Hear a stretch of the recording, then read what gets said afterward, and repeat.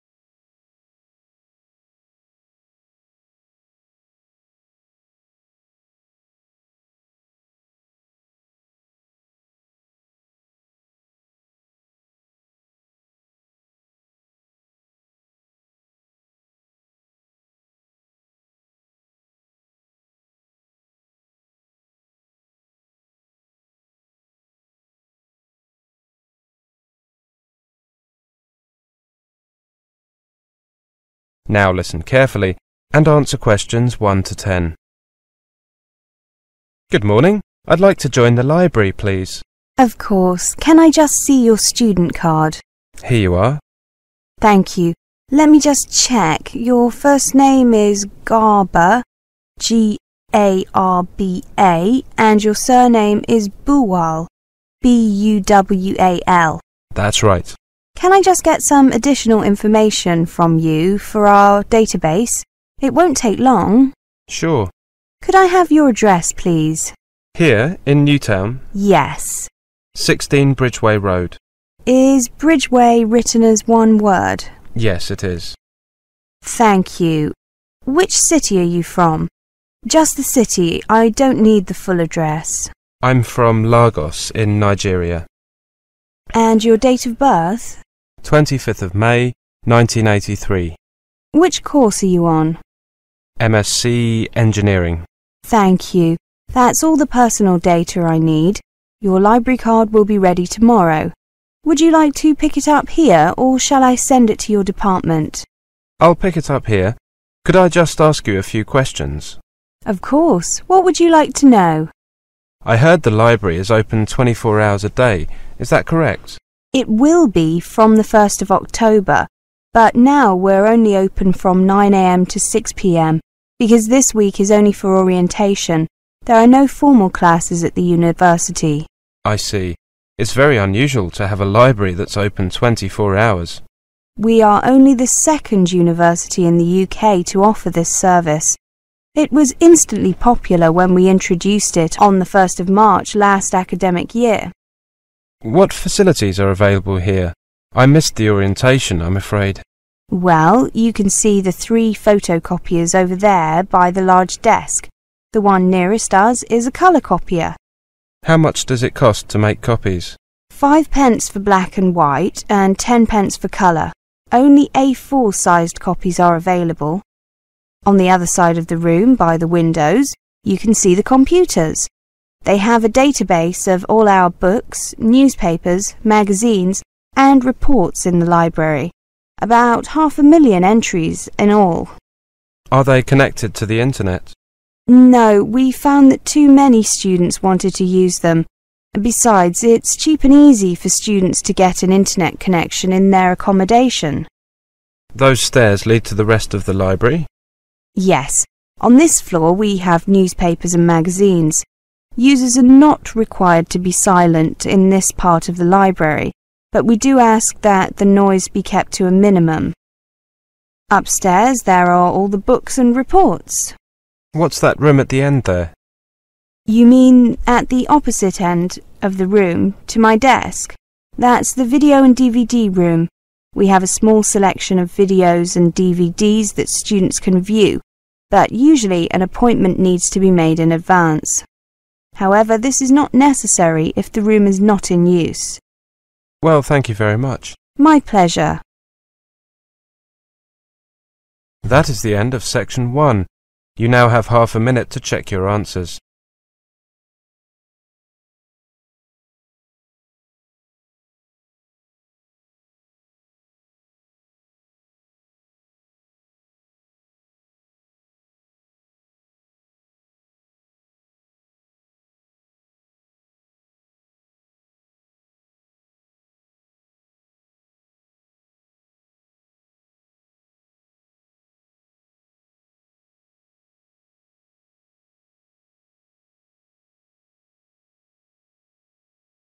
Section 2. You will hear a monologue. First, you have some time to look at questions 11 to 20.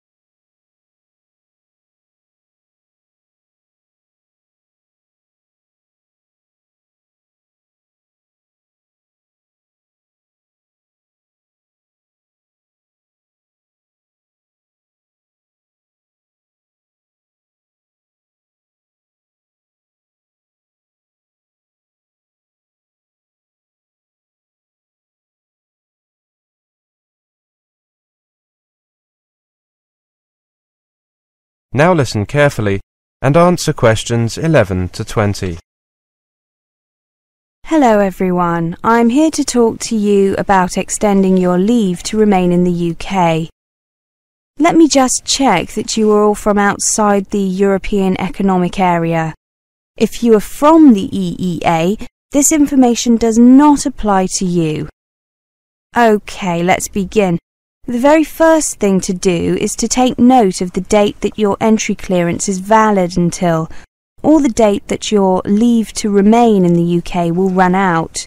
This is the date when your current permission to be in the UK will expire. By this date you should either leave the UK or extend your permission to be here. As a part of the initiative to attract more international students to the UK, many international students are now given permission to be in the UK for the full period of study.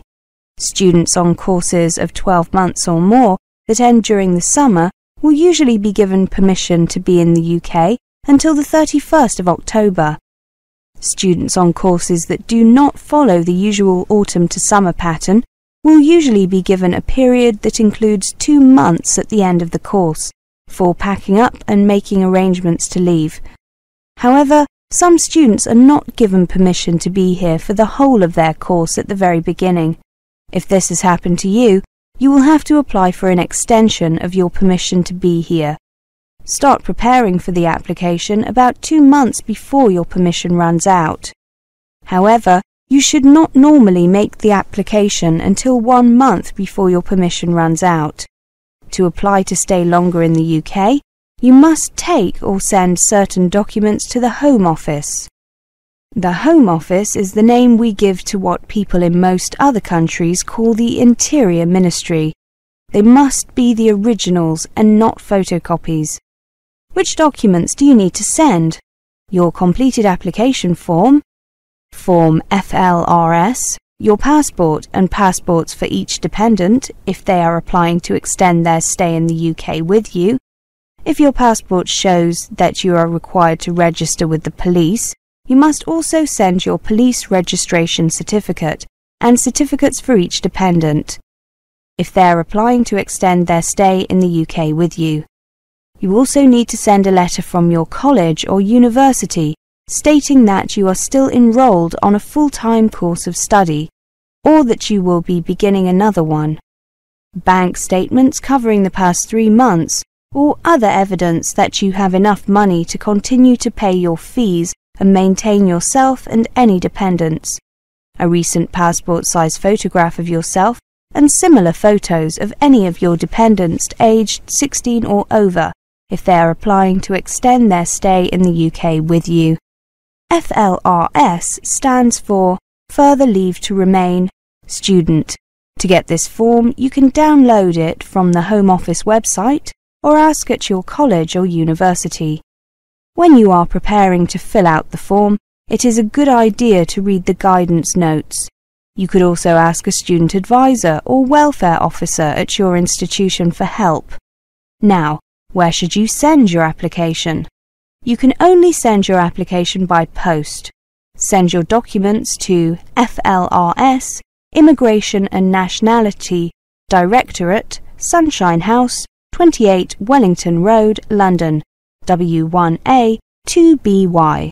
Send your documents by recorded delivery and keep the receipt as well as photocopies of everything you send. You can expect to wait at least 4 weeks and sometimes considerably longer before a decision on the application is made. I have some good news about the application deadline. According to new regulations, even if you do not have all these documents available, you must still make sure that you apply before your current permission to be in the UK expires. Enclose as many of the documents as you have and include a letter explaining what is missing, why it is missing, and when you will be able to send it to the Home Office. You will then be considered to have made your application in time. If your permission to be in the UK has already expired, contact either a student advisor or welfare officer at your college or university, or the Immigration Advisory Service on their 24-hour emergency line 011 7378 9191, or via their website www.iasuk.org. Please note that if you do make a late application and the application is refused, you cannot appeal against that decision. If your application was made in time, and if your application is refused, you will receive a letter from the Home Office telling you why. The letter will also tell you whether or not you have the right to appeal against the decision. If you made your original application in good time, before your current leave to remain had expired, then you should automatically be given the right to appeal. If you have the right to appeal, you will only have a few days in which to exercise this right. You should therefore ask for professional advice about the appeal process as soon as possible from a lawyer, a student advisor, or welfare officer at your college or university, or the Immigration Advisory Service. That's the end of Section 2. You now have half a minute to check your answers.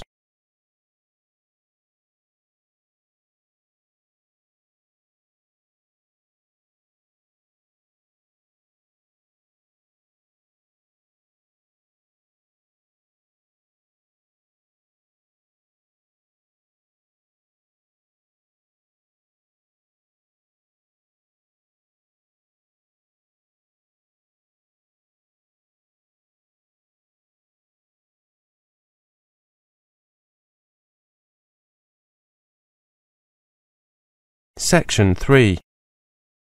You will hear a talk. First you have some time to look at questions 21 to 30.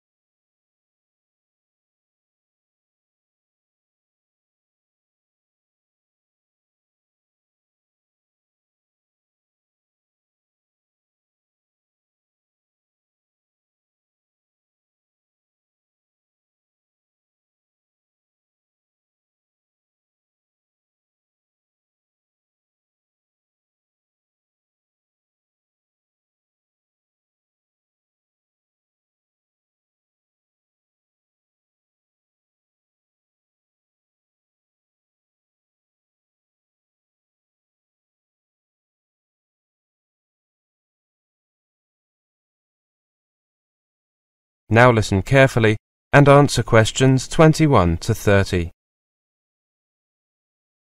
Good morning. Your name is Claire Sanders, isn't it? That's right. Well, Claire, as we explained in the letter, in this interview I'd like to talk about some of the things that you mentioned in your application form, such as your experience and academic background. I see. Now, for your undergraduate degree, you studied geography, right? That's correct. At the Scottish National University. SNU is a very prestigious university. Apart from that, were there any other reasons that you chose to study there? Well, you're correct in suggesting that the main reason I went there was due to the superior quality of the university, but there were two other reasons. The first was that it is reasonably far from my home. I wanted to be as independent as possible from my family whilst I was studying, and felt that was one way of achieving that aim. The other reason was that the university offered an excellent programme of summer work in developing countries, and that's something I was very keen on. That would be the Livingstone project. That's right. I'd like to return to that in a minute. Let me just check the optional courses you took in your third year. The two compulsory courses were methodology in geography and statistical analysis, and I chose infrastructure, development issues and geology in addition to those. I see. You clearly decided to focus more on the human geography side of things. Yes, I had worked on development projects abroad for 2 summers as part of the Livingstone project. The first project was in India and the second was in Sierra Leone. Could you tell me the main aims of the project and how you contributed? The Indian project was to ensure that a village had adequate supplies of fresh water and adequate sanitation. On that project, my role was to help lay pipes and put together various pieces of equipment. The project in Sierra Leone involved improving the infrastructure.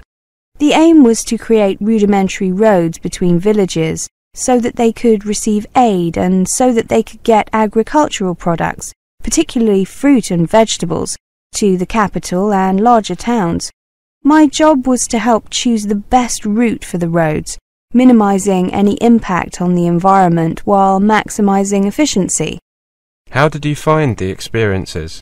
The Indian project was helpful in that it was my first experience abroad, and I got to see how small development projects can really make a difference. However, I found the climate, well, it was extremely hot and humid, and we were doing a lot of physical work, so it was, well, it made you appreciate air conditioning for a start. The second project, well, I enjoyed that a lot more. There was some physical work, but we had some machinery to help us clear paths through vegetation. I really enjoyed being able to put what I had learned into practice. For example, we had to choose a route on a map first of all, according to the contours of hills and valleys. Then we had to explore the ground and check that it was really a suitable route. And now you've decided to take a master's degree in development studies as a result. Great. Well, I just have a few more questions regarding... That's the end of section 3. You now have half a minute to check your answers.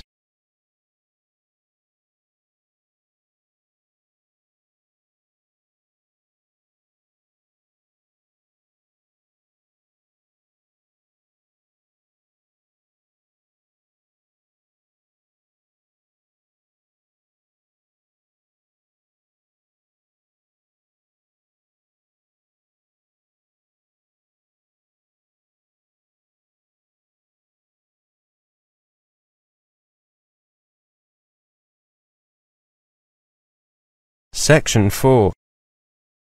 You will hear a lecture on the geography of the United Kingdom. First, you have some time to look at questions 31 to 40.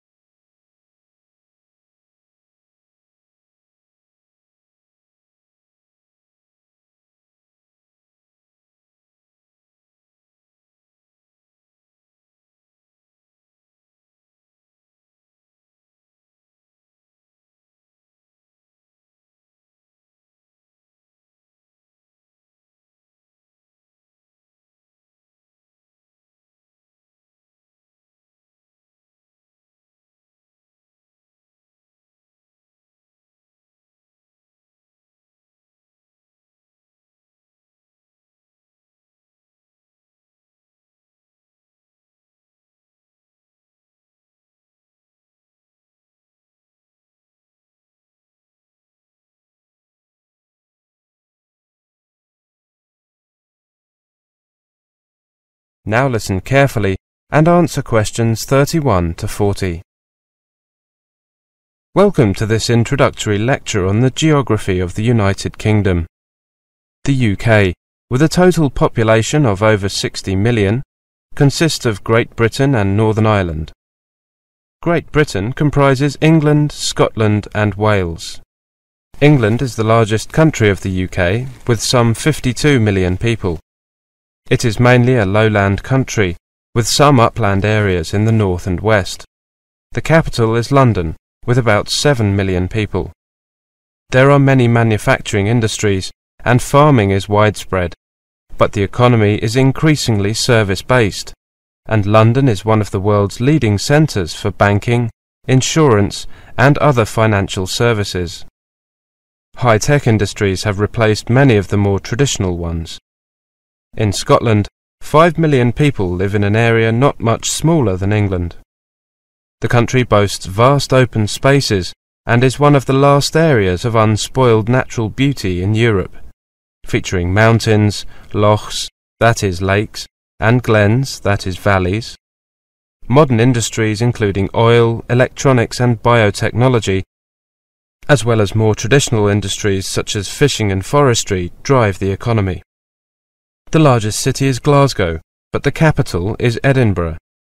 Wales is home to 3 million people, and its geography is characterised by coastline, mountains and lakes. Cardiff is the capital and largest city.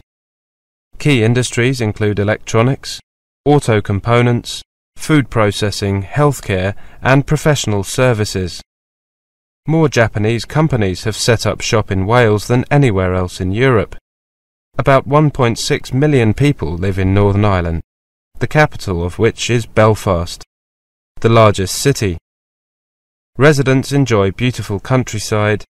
Many new hotels are springing up to cater for increasing numbers of tourists and business travellers. The climate in the UK is moderate. Summers are fairly cool and winters are quite mild.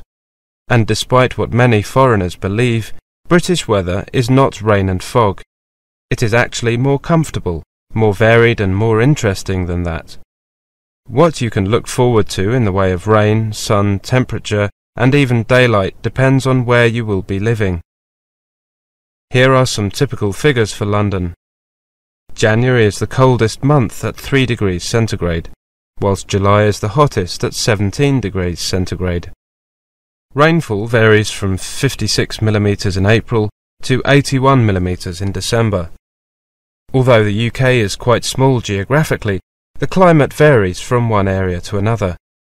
In general, the west is wetter and milder than the east, and northern areas are noticeably cooler than southern ones. For example, Compare the following temperatures with the London figures. Edinburgh 14 degrees centigrade in July and Manchester 15 degrees centigrade in the same month. Edinburgh 4 degrees centigrade in January and Manchester 5 degrees centigrade in the same month. Parts of Scotland usually get snow in winter, whereas you might live in London for several years without seeing a significant snowfall. International students who are used to tropical or equatorial climates are often intrigued by the sheer variety of the weather in the UK. Weather in the early spring tends to be especially changeable. You could be treated to rain, snow, thunder and lightning, hail and glorious spring sunshine, all in the course of a single day. That is the end of section 4. You now have half a minute to check your answers.